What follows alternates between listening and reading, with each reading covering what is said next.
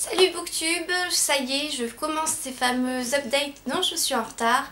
Je vais les séparer en deux, sinon ça faisait 6 livres, ça serait un peu long. Et comme le prochain que je vous ferai après cela, ça sera pour le mois de la fantasy, ça en fera 5 d'un coup. Donc le temps que je finisse de les lire, ça fera pas mal de temps, donc au moins ça dispatchera.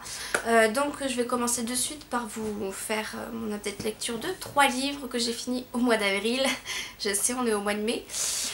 Donc on va commencer de suite. Alors, je suis désolée si on entend un orchestre dehors. Je sais pas pourquoi on entend un orchestre dehors. Mais c'est le problème du centre-ville, on ne sait jamais ce qui se passe. Alors, j'ai fini le premier tome de Cygne Noir de Rachel Mead, c'est-à-dire La fille de l'orage. Donc, j'ai bien aimé ce livre. On est dans un monde fantastique entre deux mondes, entre un monde entre guillemets parallèle et notre monde réel. Et c'est une fille qui peut tout simplement... qui est entre guillemets exorciste, qui renvoie les démons chez eux.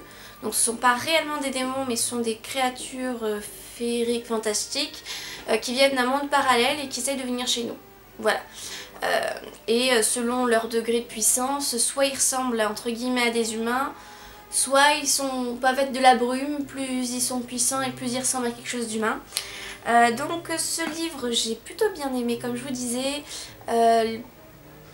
J'ai pas grand chose à lui reprocher, c'est un bon livre, après c'est pas franchement un coup de cœur particulier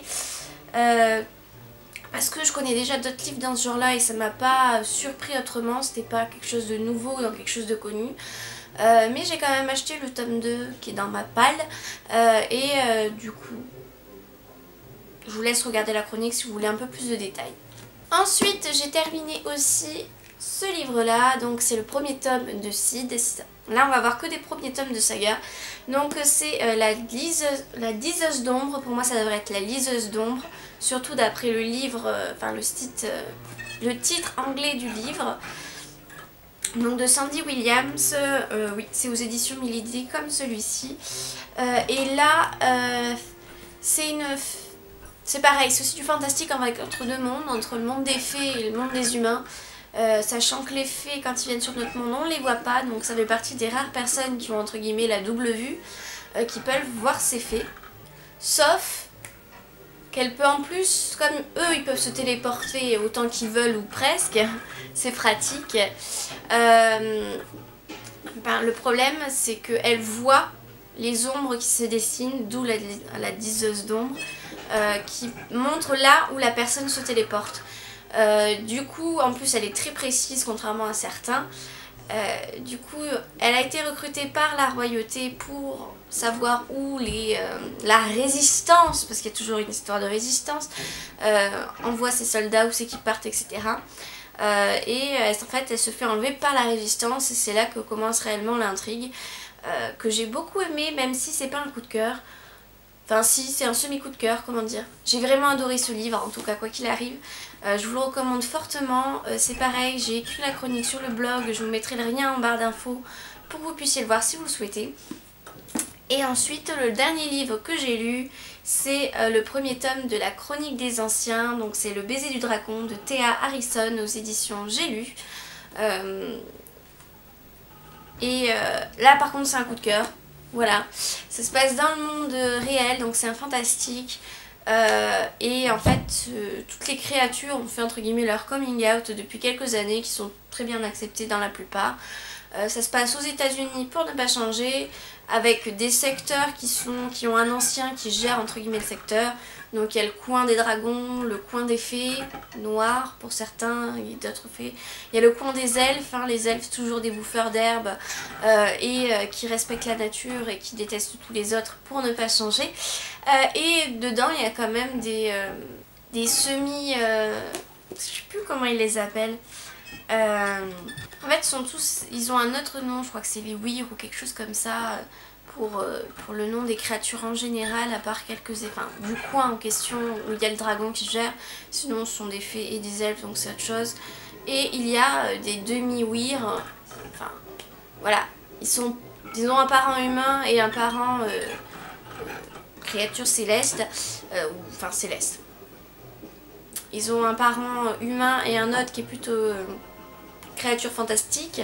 Et Et en fait, eux ont certains pouvoirs pour la plupart. Et en fait, il faut qu'ils puissent se transformer en cet être fantastique pour développer tous les pouvoirs et devenir entre autres immortels, ce qui, ma foi, est plutôt agréable et pratique. Et du coup, en fait, il y a une jeune fille qui s'appelle Pia. C'est un nom absolument pas très glamour, on va dire ce qui est, mais qui est justement une de ces demi-humains et pas tout à fait, et qui va voler quelque chose au dragon qui gère le coin. Et c'est là que l'histoire va commencer et la suite est géniale. Donc c'est à la fois du fantasisme et il y a une histoire romantique au milieu forcément, donc c'est aussi de la romance. C'est une romance qui est pas trop à l'eau de rose, donc ça va pour moi. Puisque la romance je suis pas contre, mais s'il y a que ça devient plus compliqué pour moi à vivre. Mais sinon là-dedans ça passe super bien et je vous le conseille fortement. Donc voilà, pareil, celui-là je vous mettrai la chronique en barre d'informations. Et donc c'est tout pour cette petite update lecture. Je vous retrouve la semaine prochaine pour faire le deuxième avec les 3 autres livres qui restent. Là il n'y aura pas que du tome 1, c'est pas mal, il y en a 2. Mais bon, c'est pas grave.